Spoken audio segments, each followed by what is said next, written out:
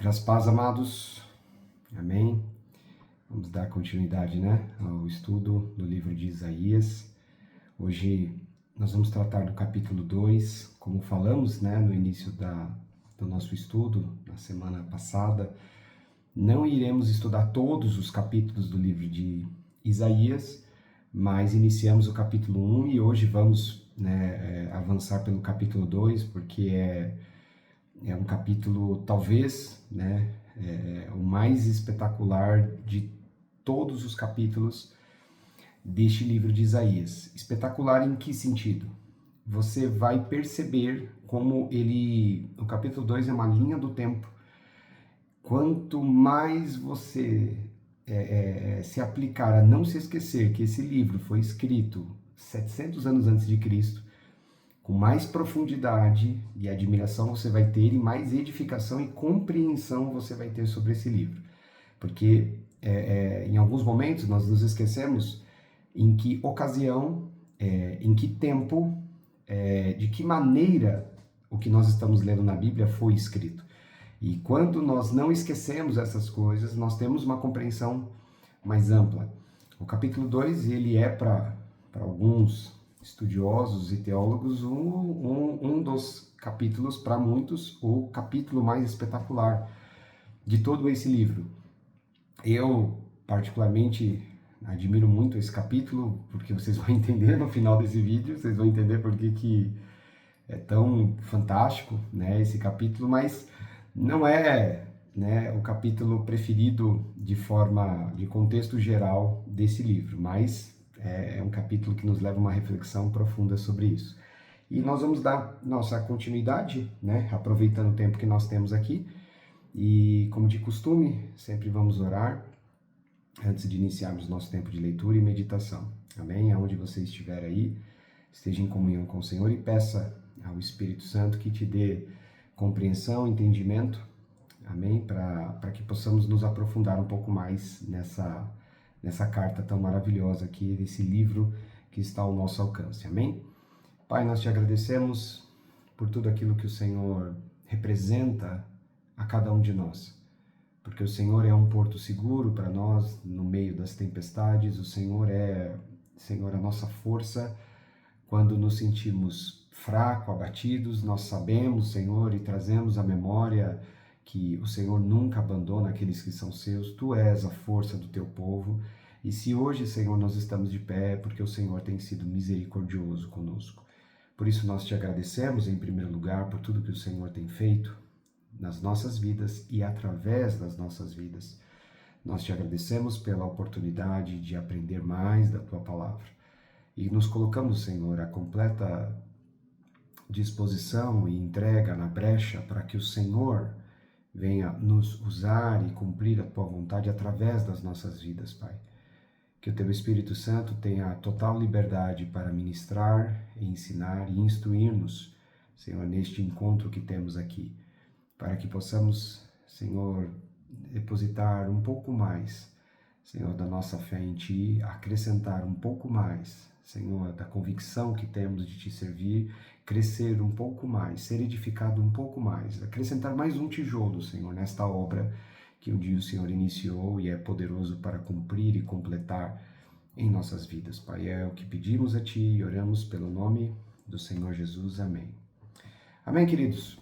Vamos, sem demorar muito, avançar até o capítulo 2 do livro de Isaías, deste profeta único do Velho Testamento, um grande servo de Deus que tem uma vida marcada por algumas fases, e nós estamos aqui trabalhando a primeira fase da vida ministerial, de Isaías, se assim podemos dizer. E o capítulo 2 é um capítulo que ele vem tratar de forma muito ampla uma fase do povo de Israel, não nós, Israel, os judeus, relacionado às promessas, relacionado àquilo que cabe somente aos judeus e não nós, outrora gentios e hoje cristãos. Depois ele, no mesmo capítulo 2, ele está trabalhando com os judeus antes da vinda de Cristo.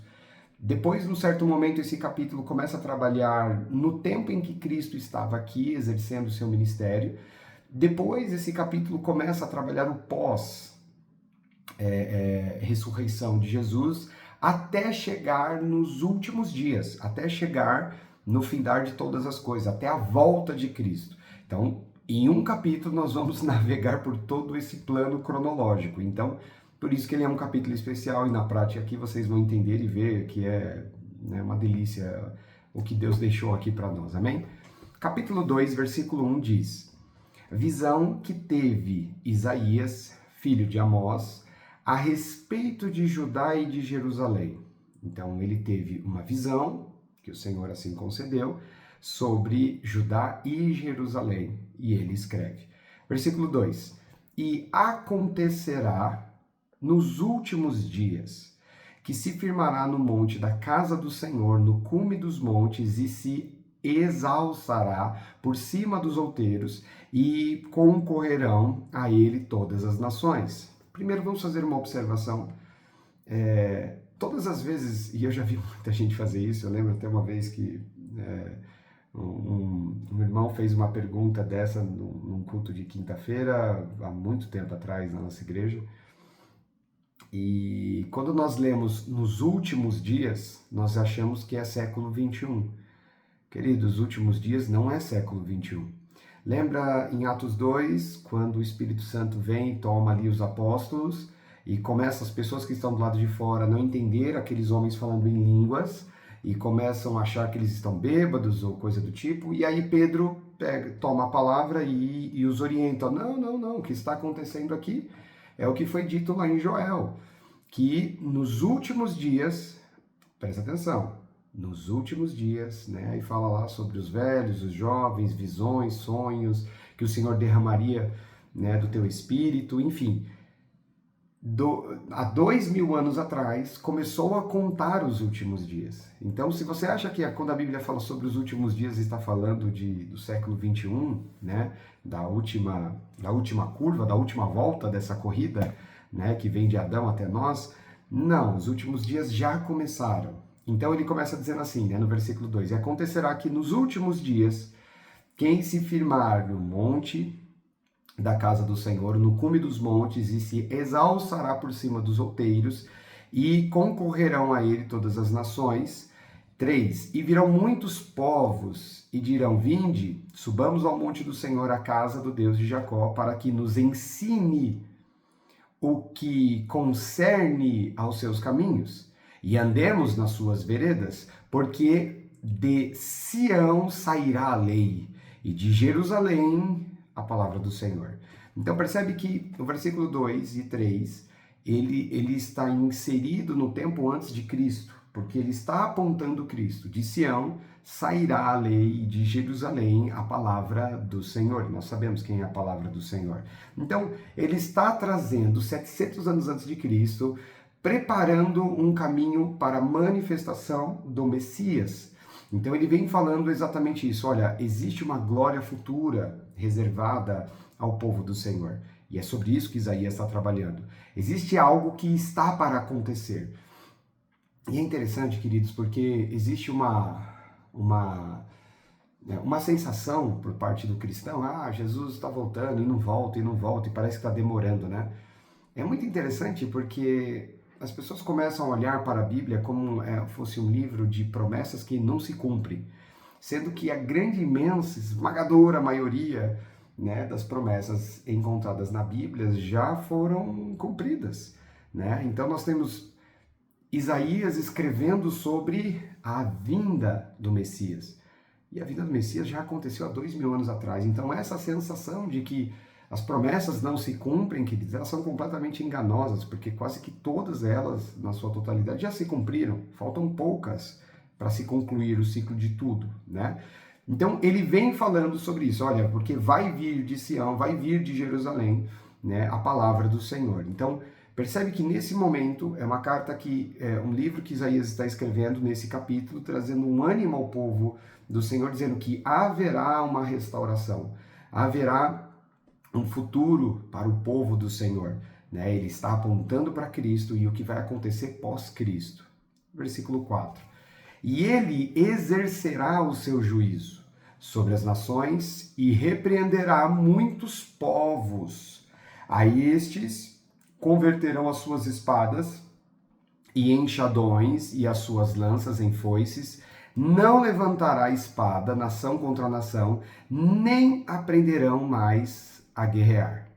Olha que interessante. É óbvio que ele está falando de Jesus. Mas se você olhar o versículo 4, você fala assim, não, mas isso aqui, sei que é Jesus, mas eu acho que é quando Jesus voltar. Por quê? Porque ele fala que ele vai repreender a muitos povos e ele vai exercer o seu juízo sobre muitas nações. E Jesus nunca saiu de Israel para exercer o seu ministério. Entenda, queridos, que o versículo 4 é Cristo veio, deixou uma marca, fez discípulos, encarnou a própria palavra de Deus, e esta palavra que foi ao longo do tempo, dos séculos, alimentando o seu povo, que venceu a perseguição, venceu tantas adversidades, né? Se fortaleceu como igreja, como nós falamos recentemente, muitas divisões também veio, mas o Senhor veio ao longo de muitos e muitos anos, né, nos últimos 2000 anos, marchando sobre as nações, corrigindo as pessoas, trazendo entendimento, travando uma guerra, mas como ele fala aqui, mas não é uma guerra de espada, nação contra nação. Mas ele foi o precursor disso. E isso é interessante, queridos, porque quando Isaías traz esse entendimento sobre o que o Messias vai exercer sobre um mundo, esse é um entendimento que os judeus não compreenderam, mesmo os judeus ouvindo o que Isaías está falando. Por quê? Porque o Messias, Jesus, como ele está dizendo aqui, ele veio para repreender muitos povos, ele veio para trazer juízo, ele veio para trazer um equilíbrio, ele veio para trazer uma guerra que não vai ser uma guerra de nação contra nação, com espada, canhão, mas uma batalha que iremos travar, e isso está muito claro, porque é exatamente o que vivemos nos últimos 2000 anos como servos de Deus. Travando batalhas na perseguição por 3 séculos, quase 4 séculos, até Constantino. Depois, numa grande inconformidade, né, com o que a Igreja Católica exercia versus aquilo que a palavra nos ensinava. Depois passamos por muitas outras perseguições e problemas, né, após a Reforma, e até hoje percebemos que existe uma guerra muito clara sendo travada entre os princípios de Deus na humanidade versus a depravação que o diabo quer exercer sobre tudo, né? E as ideologias, a política, o engano, né? A tirania. E, então essa guerra está sendo travada desde que Cristo subiu as nuvens, queridos. Foi tomado ali, essa guerra estava sendo travada. Isaías já estava falando antes. Já no versículo 4 ele fala do efeito de transformação do Messias e o que iria gerar como consequência. Já no versículo 5 ele vem assim e fala o seguinte: Vinde, ó casa de Jacó, e andemos na luz do Senhor. 6. Mas tu desamparaste o teu povo, a casa de Jacó, porque se encheram dos costumes do Oriente, e são agoreiros. Agoreiros é como se fossem feiticeiros, pessoas que são tomadas de superstição, que, sabe, tem usos e costumes relacionados a um misticismo, inclinado ao misticismo. Então ele fala assim, como os filisteus, e se associam com os filhos dos estranhos. Aqui, presta atenção, porque o versículo 6, Isaías percebe que até aqui ele está falando de uma forma geral, que o Messias vai fazer isso, ele vai corrigir as nações, ele vai trazer juízo, ele vai ensinar, ele vai puxar a orelha, ele vai, né, estabelecer um conflito contra os que são dele versus os que não são, ok? Mas no versículo 6, mas ele fala assim, ó, casa de Jacó, porque o que ele vem falando do versículo 4 é todo mundo, inclui os gentios, nós, todo mundo, ok? Já no versículo 6 ele fala assim, tá, e quando tudo isso estiver acontecendo, que são os últimos 2000 anos, vocês, judeus, vocês não vão estar acompanhando isso. Vocês não vão... Ó, Isaías já estava dizendo que a casa de Jacó, os 12 patriarcas, os judeus não iriam acompanhar isso. Olha o versículo 6. Mas tu desamparaste o teu povo. Vocês não vão andar, vocês vão abandonar. Vocês vão viver uma vida de costumes completamente diferente. Vocês não vão seguir o Messias e não vão seguir os conselhos e não vão andar com esses. Vocês vão se associar com os filhos dos estranhos. E aqui vem um ponto que você vai ver na sequência mais ainda. É fantástico, queridos, porque 700 anos antes de Cristo, Isaías estava dizendo que os judeus iriam se associar a outras nações, a outras pessoas. Seus filhos iriam se casar com pessoas que não são judeus. Isso era inadmissível no momento em que Isaías está escrevendo e até 2000 anos atrás. Judeu algum se relacionava ou se casava com alguém que não era da mesma linhagem de Jacó. Hoje é extremamente comum e normal judeus que têm a sua linhagem dos 12 patriarcas estar se casando com pessoas de outras nacionalidades. Não estou dizendo que isso é errado, eu estou dizendo que dentro da religião, né, do judaísmo, dentro dos costumes e daquilo que ele segue, isso era inadmissível. Isaías fala assim, vai chegar um tempo que vocês vão se misturar com todos. Não vão andar com os discípulos do Messias, vão se misturar ao mundo e mais, olha o versículo 7, presta atenção no versículo 7, queridos, 700 anos antes de Cristo. E a sua terra está cheia de prata e ouro. Presta atenção nisso. E não tem fim os seus tesouros.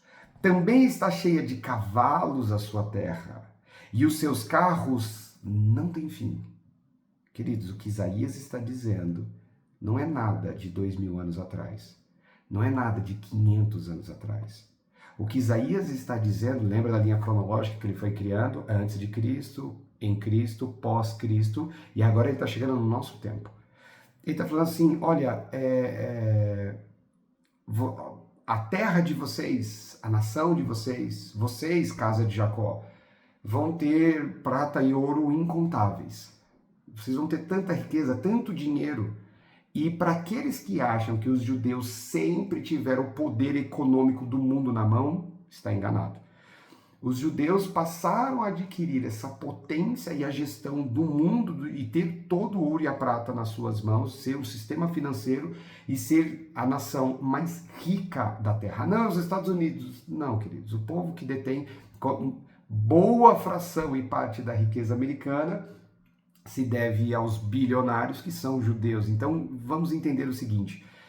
Isaías está falando assim, vocês não vão seguir o Messias. Vocês vão andar paralelo a tudo isso, vocês vão abandonar isso, vão andar desamparados. A terra de vocês vai estar cheia de ouro e prata. E é o que os judeus são hoje, querido. Uma nação poderosíssima e riquíssima. Os seus tesouros, o seu dinheiro, a sua riqueza não vai ter fim. Não vai ter fim. E aí ele fala o quê? Você vai se tornar, né, uma nação que tem carros incontáveis. Patrimônio, carro, querido, carros, é que a Bíblia, obviamente, quando ela fala carros, ela não está falando do carro que a gente conhece hoje, né? Mas carros no sentido de uma carroça com um cavalo, né? Era considerado um carro de batalha, de guerra. Mas, e óbvio que quando ele está falando aqui, Isaías está falando do que ele entende, então assim, vai chegar uma hora que vocês, imagine uma nação, nem no tempo de Salomão, queridos, nem no tempo de Salomão. Salomão, o reino era riquíssimo, o povo não. Então, a riqueza dos judeus é uma riqueza, queridos, que tem 150 anos, que foi sendo construída nos últimos 100, 150 anos. Nunca o povo judeu teve o domínio da riqueza do mundo, isso nunca aconteceu. Então, o que Isaías está escrevendo aqui era impensável 700 anos antes de Cristo. Então, percebe que Isaías está falando do nosso tempo atual para os judeus. Olha o desenho que ele está fazendo. Versículo 8. A sua terra também está cheia de ídolos. Também está cheia de ídolos a sua terra. Inclinam-se perante a obra das suas mãos, diante daquilo que fabricam os seus dedos. É engraçado porque você pensa assim, Israel, enquanto os judeus dominam a nação, territorialmente falando, né, o judeu nunca foi idólatra de imagens. E Isaías está dizendo isso, né? Nunca foi uma prática comum, mesmo sabendo que em alguns momentos isso aconteceu, né? Nós temos lá Neustã, a serpente de Moisés, nós temos alguns ídolos aí ao longo da história do povo judaico. Nunca foi uma prática comum da maioria, né, dos judeus. Nunca foi. Isso não era comum. O bezerro de ouro, a Neustã, isso nunca foi, né, uma prática comum. Mas ele diz que quando chegar esse tempo, que é o tempo que nós já estamos vendo, para a gente é muito fácil enxergar exatamente o que ele está escrevendo aqui.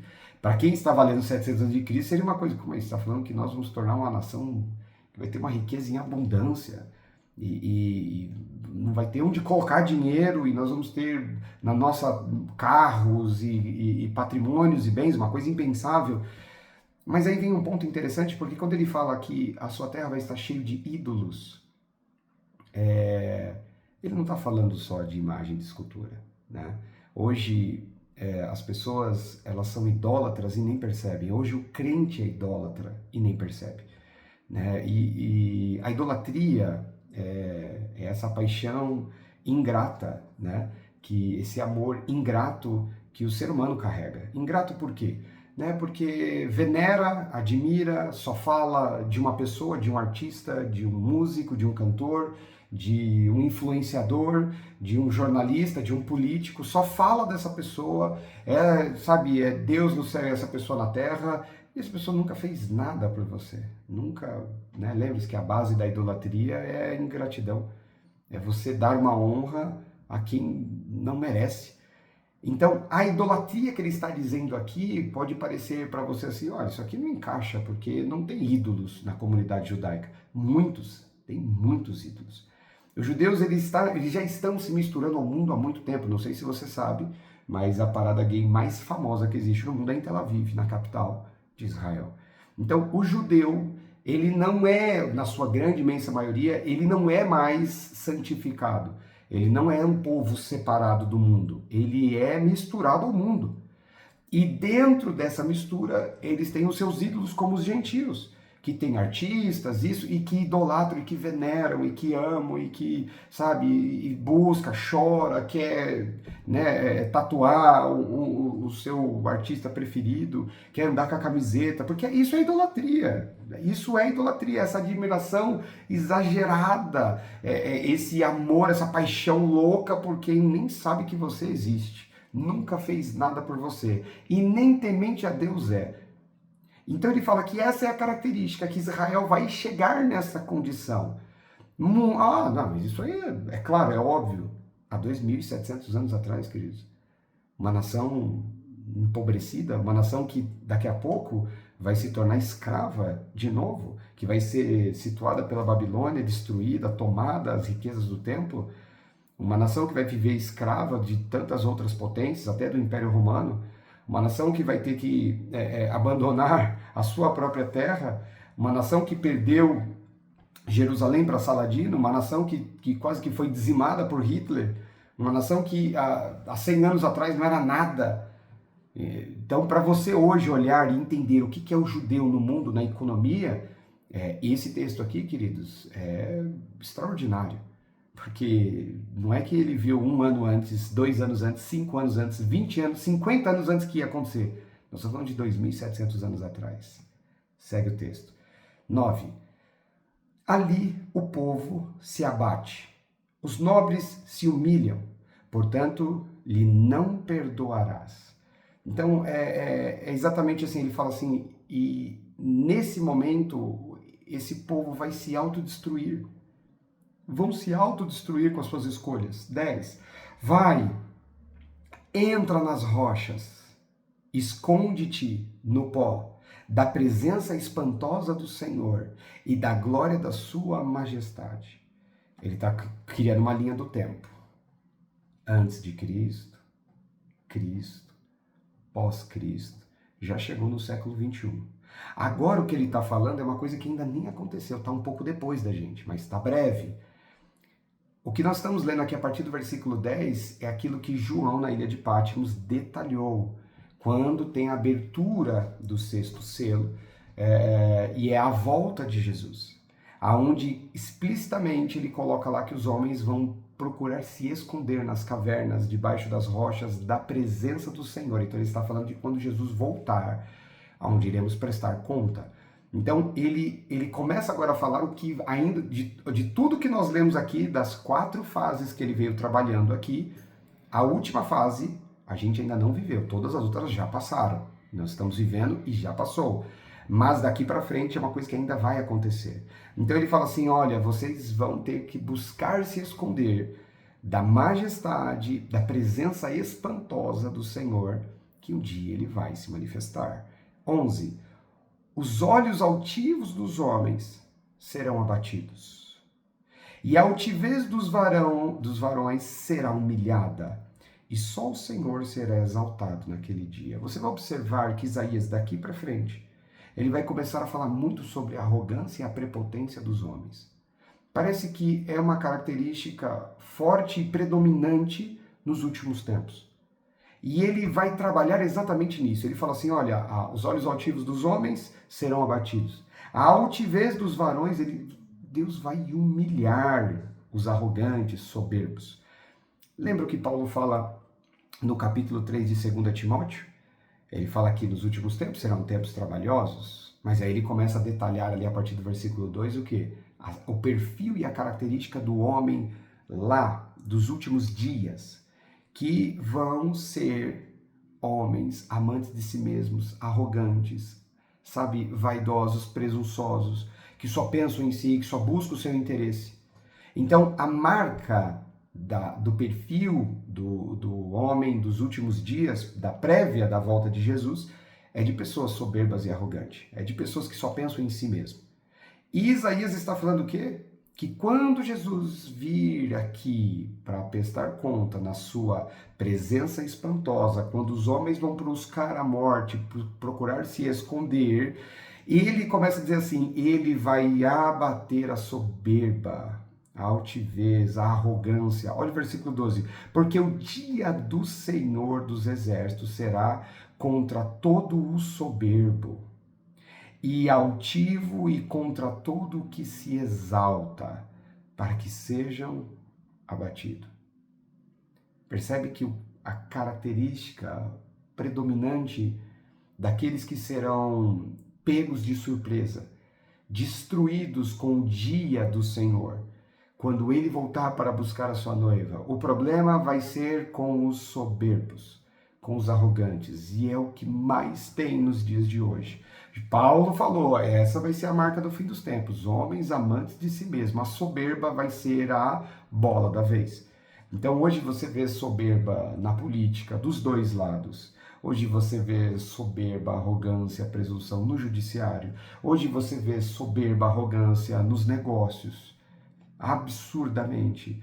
Hoje um influenciador tem 100 mil seguidores, ele vive como um astro, ele acha que ele é um astro e que ele é único e que tem que respeitar ele, porque eu tenho 100 mil seguidores, porque eu sou influente. Queridos, a soberba, a arrogância é a essência que move o caráter da imensa maioria das pessoas hoje. E percebe que Isaías, há 2.700 anos atrás, já estava desenhando isso, inspirado pelo Espírito Santo. Versículo 13. E contra todos os cedros do Líbano, presta atenção, altos e sublimes, contra todos os carvalhos de Bazã. 14. Contra todos os montes altos, contra todos os outeiros elevados, contra toda torre alta, contra todo muro firme, e contra todos os navios de Tarsis, e contra todas as pinturas desejáveis, e a altivez do homem será humilhada, e a altivez dos varões se abaterá, e só o Senhor será exaltado naquele dia. Então ele vem dando vários exemplos, né, sobre aquilo que manifesta a soberba e a arrogância no coração do homem.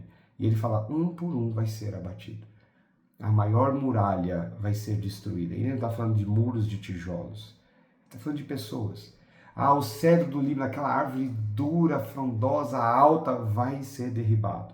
A maior montanha vai ser arrancada. E ele não está falando de terra, ele não está falando de pedra, ele não está falando de madeira, ele não está falando de árvore, ele não está falando de tijolo, ele está falando de pessoas. Porque Isaías está reforçando aquilo que depois veio ser mais detalhado e esmiuçado por Cristo, pelo apóstolo Paulo, por João na ilha de Patmos, que a principal doença, queridos, hoje, que nós cristãos devemos combater é a soberba. E é um assunto que pouco nós falamos, mas é muito comum encontrar isso nas pessoas. É muito comum encontrar isso no cristão. Queridos, eu vou falar da nossa igreja, tá? Que conheço todos vocês. São poucas as pessoas que verdadeiramente não têm a soberba no seu coração, do nosso meio. São poucos as pessoas que, sabe, que se inclinam, né, a ouvir o Senhor. Estão sempre com opinião para dar, sempre querem falar o que pensam, sempre querem dar uma... Queridos, nós não estamos aqui. O quanto vale a nossa opinião? Na minha concepção, queridos, até vou usar assim, né, para não ficar... Na minha opinião, ser cristão e dar opinião é um ato de soberba e de arrogância. Ser cristão e ter opinião sobre as coisas é soberbo, é arrogante. E aí talvez você possa pensar assim, mas Diogo, quantas vezes eu vi você falando sobre isso, falando sobre aquilo, dando a sua opinião? Não, queridos, não. Nunca. A gente abre a Bíblia e lê a Bíblia. Você está ouvindo da minha boca, mas não é minha opinião. É bíblica. Está escrito. É assim que funciona o mundo, é assim que as pessoas são, não é a minha opinião. Minha opinião é falar assim, eu acho que isso aqui está certo. E a minha opinião está em conflito com o que a Bíblia diz. Porque a opinião ela é sua. Então quando você fala, olha, mas eu acho que a gente não tem que pagar mal com mal. Se a pessoa fez mal para você, minha opinião é que você tem que devolver diferente, senão você é igual a ela. Então se ela te pagou com mal, você paga com bem, você devolve com bem. Isso não é minha opinião, isso é Bíblia, queridos. Isso é Bíblia. Agora, se eu falar assim para você, eu acho que quando uma pessoa zomba de você, humilha você, você tem que devolver, você tem que dar o troco. Isso é minha opinião. Isso não é Bíblia, isso é minha opinião. E é diabólica, mas é minha opinião. Por isso que, na minha opinião, o crente não tem que ter opinião. O crente tem que... O que a Bíblia diz? Dá outra face? Então dá outra face. O que a Bíblia diz? Que você tem que amar? Então tá bom, o pessoal está te ofendendo, te machucando, mas você tem que amar. É o que a Bíblia diz. Não é a sua opinião. Então, quando as pessoas ali querem dar a sua opinião, falar o que pensa, o que acha sobre as coisas, isso é soberba. Porque a gente não tem que dar opinião de nada. A gente tem que obedecer. É a marca do século XXI. O homem está aqui, não sou eu que estou falando, não é minha opinião, é o que está escrito na Bíblia. É o homem querendo ser senhor da razão, da verdade.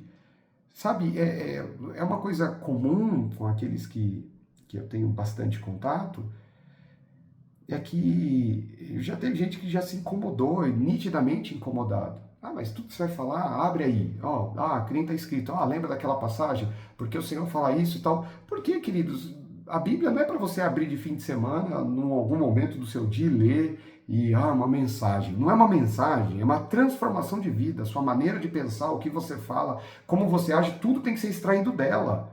Tudo. Se você quer dar um conselho, extrai da Bíblia. Se você quer dar uma opinião, não dê a sua, dê a opinião que está na Bíblia. Você não tem opinião, você não tem posicionamento, você não tem poder de decisão. Porque quando você morreu, lembra do batismo? Morreu e ressurgiu para uma nova vida, você não veio aqui para dar sua opinião. Jesus não veio nessa terra para dar opinião, ele veio para cumprir a missão dele que o Pai deu. E por que a gente é diferente? Por que a gente tem que opinar sobre as coisas? Porque a soberba é o que dita o caráter da maioria das pessoas hoje. Que acha que tem que ter voz, que acha que tem que dizer o que pensa, que tem que falar, sabe? Eu tenho que colocar, eu tenho que, expor. Não, você não tem. Você quer dar um conselho para alguém? Dê um conselho bíblico. Você quer opinar na vida de alguém? Bíblia. Você quer direcionar e aconselhar alguém? Bíblia. Louco é aquele que quer dar conselho segundo a sua razão e o seu entendimento. É soberba, queridos. Então, o que Isaías está mostrando é que, assim, o fim dos tempos, quando Jesus voltar, O inimigo número 1 não é o diabo ele já venceu, queridos. A morte, o inferno, ele já prevaleceu, já pisou na cabeça da serpente, queridos. Esquece.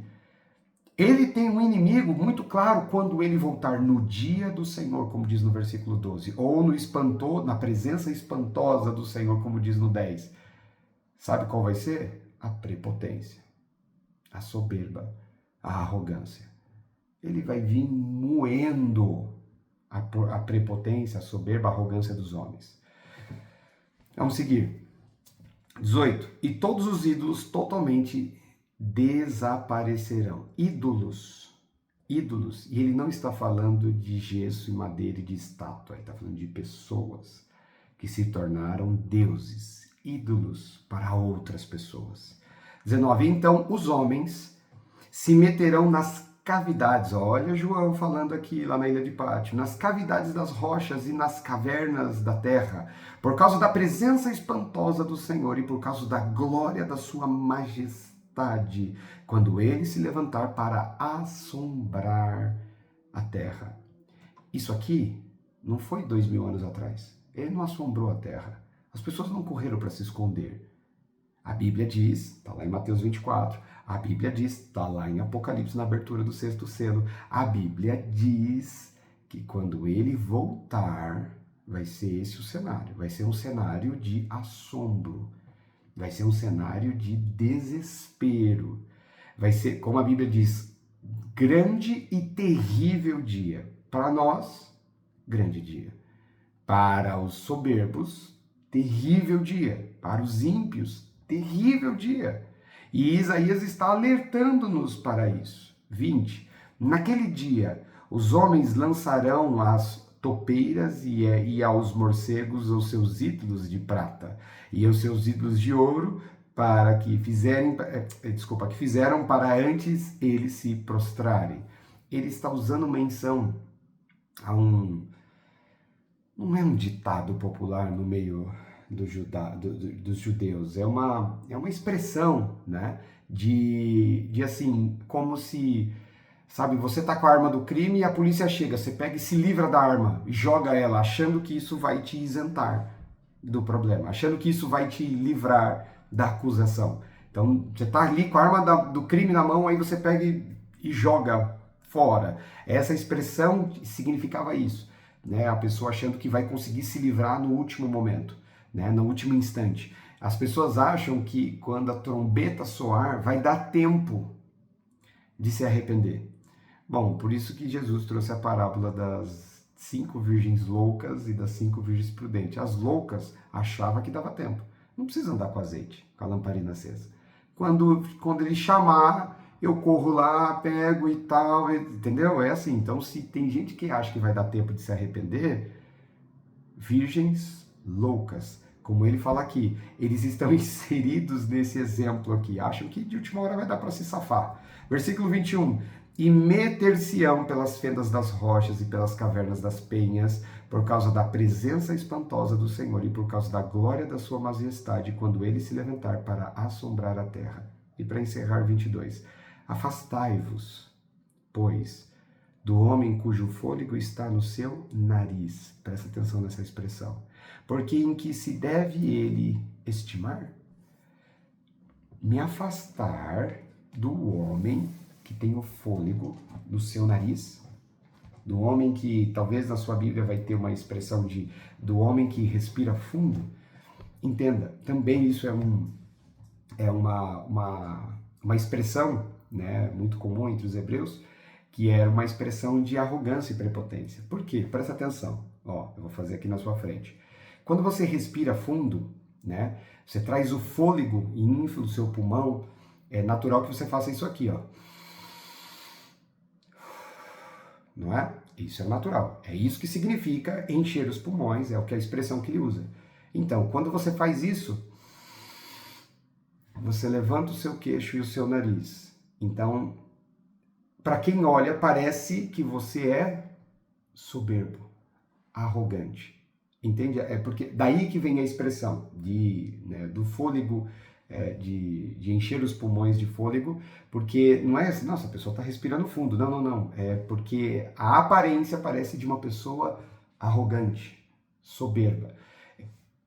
Quando Isaías escreve esse capítulo 2, queridos, ele escreve esse capítulo 2 trazendo um alerta daquilo que o Senhor já estava mostrando para ele, de como seria o desenrolar das coisas. E o principal alerta desse capítulo 2 para as nossas vidas hoje está ligado diretamente à prepotência, à soberba, à arrogância, que é um inimigo que nós temos que combater. E queridos, se tem algo que Deus abomina, vai lá ler Tiago capítulo 4. Deus resiste aos soberbos. Queridos, se tem uma coisa que Deus, não tem como você ter um relacionamento com Deus sendo soberbo. Não tem como você ter um relacionamento com Deus sendo arrogante. Não tem como.